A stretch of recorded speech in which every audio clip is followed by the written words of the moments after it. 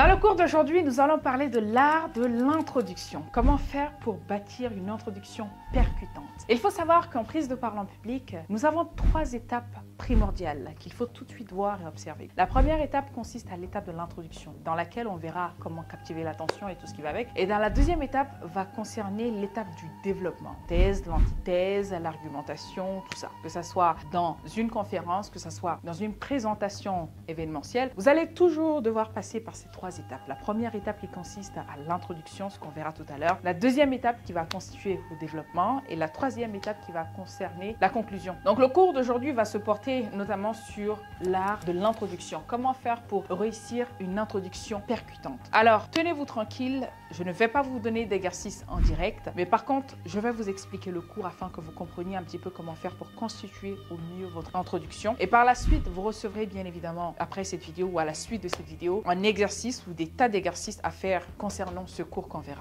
Donc, sans plus tarder, vous devez comprendre une chose. En ce qui concerne l'introduction, qui est la tête d'une prise de parole en public, il y a 3 étapes fondamentales à respecter pour avoir une introduction percutante. Ces 3 étapes, si vous les franchissez, ou du moins si vous ne les respectez pas, vous ne bâtirez pas ce qu'on appelle une présentation percutante. La première étape ici va concerner le fait d'assurer la crédibilité en tant qu'orateur. Je vous expliquerai tout à l'heure comment vous faites pour assurer votre crédibilité. D'abord, ce qu'il faut savoir, c'est que dans la crédibilité d'un orateur, il y a ce qu'on appelle l'expertise. Il y a également l'appropriation, c'est-à-dire d'avoir cette légitimité d'exprimer ce que vous êtes censé exprimer. C'est-à-dire qu'en tant qu'orateur, vous n'allez pas juste vous arrêter devant les gens et commencer à parler. Vous parlez parce que ça vaut la peine. Vous parlez parce que vous maîtrisez. Vous parlez surtout parce que vous savez de quoi est-ce que vous devez parler ou vous allez parler. Donc, l'une des raisons pour laquelle toi qui me regardes, tu n'arrives pas à prendre la parole en public, mais surtout toucher les gens là où il faut, c'est simplement parce que tu n'es pas légitime de ce que tu dis. Et comment devenir légitime ou avoir cette crédibilité en tant qu'orateur? Je l'ai tantôt dit à plusieurs reprises dans mes conférences ou même dans mes accompagnements. La première des choses à établir si vous voulez apprendre à parler en public, c'est d'abord de savoir pourquoi est-ce que vous voulez parler. Pourquoi est-ce que je parle? À qui je m'exprime? Dans quel but? Vous ne pouvez pas être un orateur qui veut parler de tout. Vous ne pouvez pas être un orateur qui veut parler de n'importe quel sujet. Pour un début, pour une personne qui cherche à maîtriser l'art oratoire, je conseille toujours de savoir pourquoi vous parlez. Alors à partir de ce soir, je vous incite à prendre une feuille et un stylo ou même votre carnet. Écrivez exactement pourquoi, la raison pour laquelle vous voulez parler. Pourquoi est-ce que je veux parler? Quelle est l'idée derrière? Qu'est-ce que je veux changer? Qu'est-ce que je veux apporter à la personne qui m'écoute? Qu'est-ce que je veux apporter aux gens qui vont m'écouter plus tard? C'est la première étape. La deuxième étape, sachant exactement pourquoi vous voulez parler, ça devient beaucoup plus facile d'asseoir une crédibilité. Pourquoi? Parce que la crédibilité, on la gagne à travers l'expertise, à travers l'expérience, à travers surtout la connaissance de votre sujet. Et comment gagner cette expertise ou cette connaissance si bien évidemment vous n'êtes pas capable simplement de savoir pourquoi est-ce que vous parlez. Donc la première étape va concerner exactement de savoir pourquoi vous voulez parler. Est-ce pour devenir une conférencière? Oui, mais dans quel domaine? Aussi précis que vous seriez, mieux ça sera pour atteindre votre objectif. La deuxième étape, toujours dans la crédibilité, va concerner l'authentification de ce que vous saviez faire. Alors ceci passe par les diplômes, ça passe par une formation importante, une formation bien établie, comme ce que nous sommes en train de faire. À la suite de cette formation, vous sortirez de là avec ce qu'on appelle un certificat d'acquisition de compétences. Et via ce genre de certificat, vous pouvez avoir ce qu'on appelle une crédibilité. Pourquoi? Parce que vous avez suivi une formation certifiante derrière, qui notifie ou du moins qui authentifie que vous avez bel et bien appris sur ce sujet. Donc la première étape, c'est ça, c'est la crédibilité. Avant même de prendre la parole en public, avant même de vous adresser aux gens. C'est-à-dire que je vois plusieurs parmi vous qui me posent des questions. Fanta, comment faire pour bannir la peur de la prise de parole en public? Je dis très souvent que commencez déjà par vous légitimer. Appropriez-vous cette légitimation. Appropriez-vous cette capacité. Appropriez-vous surtout cette faculté de vous regarder dans une glace et vous dire « j'en suis capable ». Et on ne peut pas se regarder dans une glace en se disant « j'en suis capable » si vous n'aviez pas, bien évidemment, pris en compte l'utilité de votre crédibilité. Et pour asseoir cette crédibilité, pour faire une conclusion, vous devez d'abord savoir de quoi vous parlez, vous devez vous former sur votre sujet et troisièmement, vous devez avoir un certificat ou un diplôme qui va vous assurer d'avoir une crédibilité vis-à-vis de votre audience. La deuxième étape pour avoir une introduction percutante en prise de parole en public, c'est de susciter l'attention. L'attention aujourd'hui, c'est la monnaie courante, c'est le nerf de la guerre. Lorsque vous voulez attirer les gens, que ce soit sur les réseaux sociaux, que ce soit dans une conférence, que ce soit des clients, vous devez avoir l'art d'attirer l'attention, mais surtout surtout d'asseoir cette attention. Comment faisons-nous pour susciter l'attention, pour attirer l'attention vers les gens qui sont censés nous écouter? C'est d'utiliser des techniques bien spécifiques. Nous avons plusieurs techniques à utiliser pour du moins avoir l'attention des gens. Je vous donne un exemple. Il vous arrive de regarder un petit peu sur les réseaux sociaux. Lorsque vous défilez en regardant un petit peu tout ce que vous faites sur les réseaux sociaux, vous vous rendez compte tout de suite qu'il y a plusieurs vidéos. Mais pourquoi est-ce que vous vous attardez sur certaines vidéos plutôt que d'autres? C'est simplement parce que la plupart de ces vidéos sur lesquelles vous vous attardez ont tendance à retenir votre attention. Et comment fait-elle pour retenir votre attention? C'est premièrement à travers ce qu'on appelle les phrases d'accroche. Qu'est-ce que c'est une phrase d'accroche? Une phrase d'accroche, c'est une phrase qui va te permettre d'attirer ton attention. Ça attire ton attention de sorte à ce que tu ailles au bout de la conversation de la personne qui parle. Et comment cette phrase d'accroche peut-elle se manifester? Elle peut se manifester en plusieurs formes. L'une des premières formes d'une phrase d'accroche qui puisse exister, c'est à travers les statistiques. C'est de vous dire en tant que scientifique, admettons que vous qui me regardez, vous êtes scientifique, vous vous lancez dans la recherche et tout ce qui va avec, mais vous ne savez pas où commencer. La première étape serait ici de commencer vers une statistique en tant que chercheur. C'est de vous dire qu'en ces 15 dernières années, il a été prouvé que 75% des femmes qui décédaient suite à un cancer mangeaient mal, ne mangeaient pas équilibré. On pourrait encore donner un autre exemple. Toujours dans la forme de statistique, c'est de se dire que 75% des femmes battues sont des femmes qui ont subi malheureusement des traumatismes d'enfance. De vous à moi, est-ce que cette accroche vous a-t-il attiré l'attention ou pas? Vous avez envie d'aller un peu plus loin. C'est le rôle de l'accroche. Une deuxième forme que vous pouvez donner à une phrase d'accroche serait simplement de parler avec des questions. Et cette étape va s'agir simplement de poser une question percutante afin de retenir l'attention de votre auditoire. C'est de poser une question telle que « T'es-tu jamais demandé pourquoi les femmes vivent plus longtemps que les hommes ?» Regarde jusqu'à la fin de cette vidéo, je t'expliquerai pourquoi et tu seras ébloui de savoir la raison derrière. Et ça, je viens d'attirer ton attention. Et ça, je viens de te toucher. Et ça, je viens de susciter ton attention. Je viens de créer ce qu'on appelle en toi la curiosité. Les questions bien précises, bien spécifiques, bien intrigantes ont tendance à réveiller la curiosité et pousser la personne qui est censée vous écouter à vous écouter davantage. Une troisième forme que vous pouvez donner à votre phrase d'accroche pour susciter l'attention, il s'agirait ici de parler de vous. Il s'agirait de raconter une histoire. Ne vous êtes-vous jamais demandé pourquoi l'être humain a tendance en général à accorder beaucoup d'intérêt aux commérages, aux histoires qui certainement ne la concernent pas? C'est simplement qu'en psychologie humaine, nous sommes faits de sorte à ce qu'on s'intéresse à la vie des gens, à l'histoire des gens. Le cerveau humain adore raconter les histoires. Elle adore surtout entendre des histoires, de différentes histoires. Et une étude a récemment prouvé que l'être humain pourrait en moyenne écouter 15 histoires dans la journée sans pour autant se fatiguer. C'est puissant. Et quand on prend les grandes marques aujourd'hui telles que Apple, Microsoft, Samsung, tout ce qui va avec, c'est des marques qui racontent toujours une histoire derrière leurs produits. Pourquoi? Parce que c'est une excellente façon d'attirer l'attention d'un public. Servez-vous de cette troisième forme pour captiver l'attention des gens. Racontez une histoire. Touchez les gens par votre histoire. C'est l'histoire d'une jeune dame qui a perdu tous ses parents lors d'une guerre civile. Et cette jeune dame se retrouve accusée de meurtre. Pourtant, elle n'y était même pas sur place.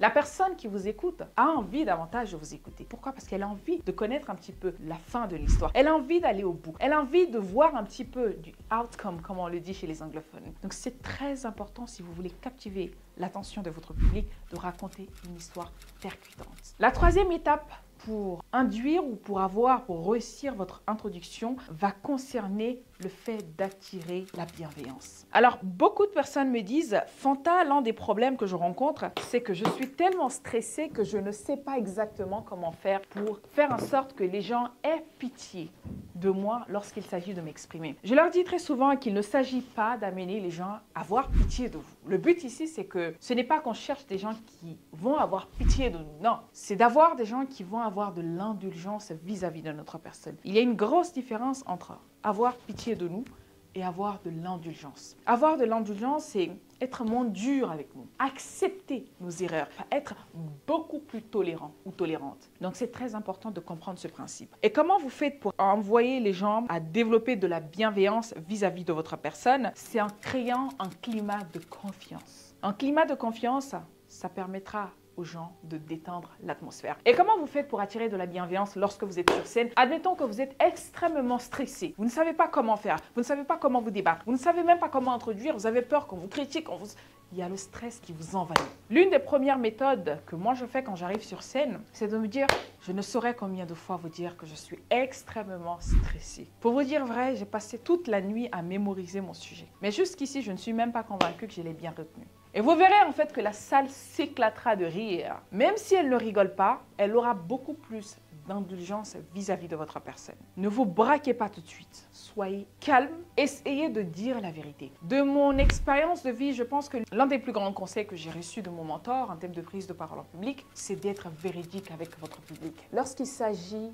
du stress en public, n'ayez pas peur, n'ayez pas honte de dire aux gens que vous êtes stressé. N'ayez pas peur de dire aux gens que vous ne pensez pas être à la hauteur et que vous comptez sur leur gentillesse, sur leur compréhension, sur leur tolérance pour vous aider davantage. Et cette honnêteté va permettre aux gens de lâcher prise, de lâcher la balle, de ne pas être sur la défensive vis-à-vis de vous-même. Donc, première chose à faire lorsque vous êtes sur scène, quand il s'agit de parler en public, détendez-vous. Expliquez aux gens pourquoi est-ce que vous vous sentez mal à l'aise. Rigolez-en. Faites de l'humour. Moi, j'ai tendance sur scène à me moquer de moi-même. Je sais que beaucoup d'orateurs n'oseront pas faire ce genre de choses. Mais la meilleure façon de faire passer le stress sans se ridiculisant personnellement. Dites à votre audience, je suis stressée à mort. Je commence à avoir des sueurs. Si vous avez une casquette enlevée là, vous dites...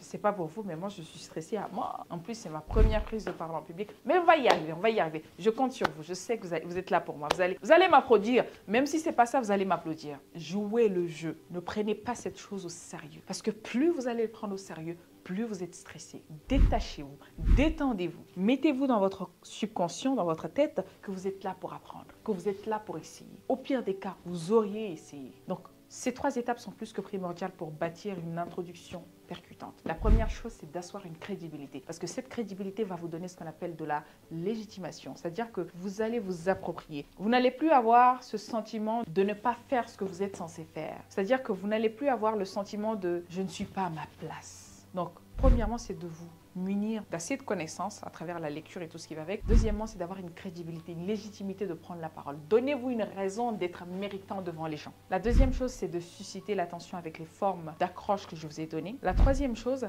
va être d'attirer de la bienveillance à travers un climat de confiance avec les autres. Montrez-vous vulnérable quand il le faut. Ensuite, pour la deuxième étape, nous allons parler de la méthode ACIS. J'aime beaucoup personnellement cette méthode parce qu'elle permet de savoir comment attirer l'attention, comment introduire très bien son sujet du début à la fin. La première chose, il faut savoir que la méthode ACIS, c'est ACIS que j'appelle, c'est un acronyme de l'attention, connexion, intérêt, sujet. Le but de cette méthode, c'est simplement de pouvoir attirer l'attention de votre public ou de votre audience, surtout créer une connexion, un lien fort avec votre audience en faisant en sorte qu'ils sachent qu'ils ont intérêt à vous écouter pour mieux aborder le sujet. Je ne sais pas si je me fais comprendre. Dans cette méthode, la première des choses que nous allons devoir voir, c'est l'attention, qui est le A de ACIS. L'attention ici va consister à réveiller l'envie de vous écouter. L'envie d'aller plus loin avec vous dans votre conversation. L'envie surtout de découvrir le besoin d'estime derrière. Attirer l'attention de votre public. La deuxième étape va concerner la connexion. Lorsqu'il s'agit de prendre la parole en public, que ce soit avec une personne, 2 ou plusieurs personnes, il vous suffit de créer parfois de la connexion pour raisonner avec les gens. Dans un prochain cours, on verra bien évidemment l'art de raisonner. C'est-à-dire comment faire pour raisonner avec les gens qui vous entourent. Parce que vous avez beau, certainement, le langage facile en français. Vous avez beau avoir le vocabulaire, vous avez beau avoir tout ce qu'il faut, mais si vous ne savez pas raisonner avec les gens en prise de parole en public, vous passerez à côté de votre communication. Les gens vont vous écouter, mais vous n'allez pas les remarquer. Et comment faire pour marquer les gens? C'est à travers la résonance. Et très peu d'orateurs arrivent à raisonner. Et certainement, dans un prochain cours, on verra comment faire pour raisonner en prise de parole en public. Et pour raisonner, ça passe déjà par la connexion. Quelle est cette connexion? Le but de cette connexion, c'est de créer un lien fort. Créer un lien fort de sorte à établir une conversation avec la personne qui est censée vous écouter. Créer un lien fort de sorte à ce que la personne se voit en vous. Et une excellente manière parfois de créer un lien fort, c'est à travers une histoire. Quand vous racontez une histoire concernant une femme qui a perdu son mari, qui se retrouve dans la précarité, qui malheureusement est mise dehors pour la plupart des personnes qui vivent en Afrique, savent que ce genre de situation arrive très souvent. Toutes ces femmes qui ont vécu la perte d'un mari, l'abandon d'un mari, tout ce qui va avec, se retrouveront plus ou moins dans votre histoire. Pourquoi? Simplement parce que créer une connexion amène à raisonner avec les gens. Vous créez une connexion à travers une histoire, en touchant les 5 sens qu'on avait vus la dernière fois, vous poussera simplement à raisonner avec les gens qui sont en vous, les gens qui vous écoutent, les gens qui vous ressemblent surtout. La troisième chose, ça va être l'intérêt. Créer l'intérêt, c'est de susciter, mais surtout de mettre en lumière vos propos. Créer l'intérêt, ça va être de mettre en lumière les attentes. Créer l'intérêt, c'est de montrer à l'audience ou l'auditoire ou la personne qui est censée vous écouter, je sais exactement ce que tu veux. Et je suis la personne que tu dois écouter parce que je sais ce que je dis et je sais que ça va t'apporter quelque chose. Donc, c'est la mise en lumière de ce que vous allez dire, vos propos à votre audience qui va créer l'intérêt chez la personne qui est censée vous écouter. La troisième ou la quatrième chose, ça va être le sujet. Comment faire pour introduire votre sujet maintenant? Je vous donne un exemple très précis. Dans le premier cas ici, qui est l'attention, je donne un exemple très simple que vous allez devoir constituer à travers un exercice plus tard. Prenons ici dans la méthode A6 le premier cas, qui est l'attention. Un exemple d'attention que vous pouvez donner, c'est de vous dire, imaginez ne pas savoir comment vous allez nourrir votre famille demain. Pour la plupart des personnes qui vous regardent sans doute, après avoir analysé votre audience bien évidemment, vous vous rendrez compte que c'est des pères de famille, c'est des gens qui ont des familles, donc bien évidemment c'est des gens qui ont envie de nourrir leur famille. Et c'est le cauchemar de certaines personnes de ne pas être à la hauteur, de nourrir, d'apporter ne serait-ce qu'un sac de riz à la fin du mois à sa famille.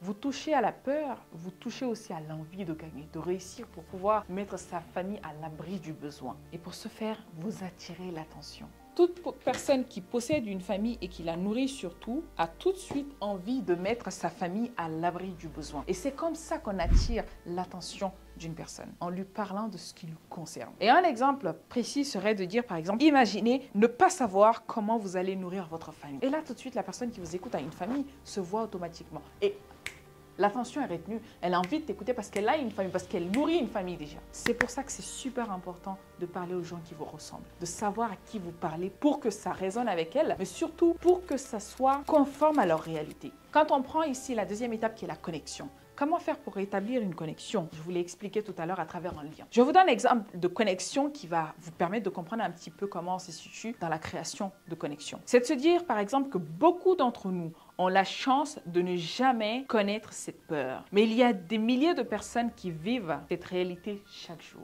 Beaucoup d'entre nous ont la chance de ne pas connaître cette peur. Mais il y a des milliers de personnes chaque jour qui vivent cette triste réalité.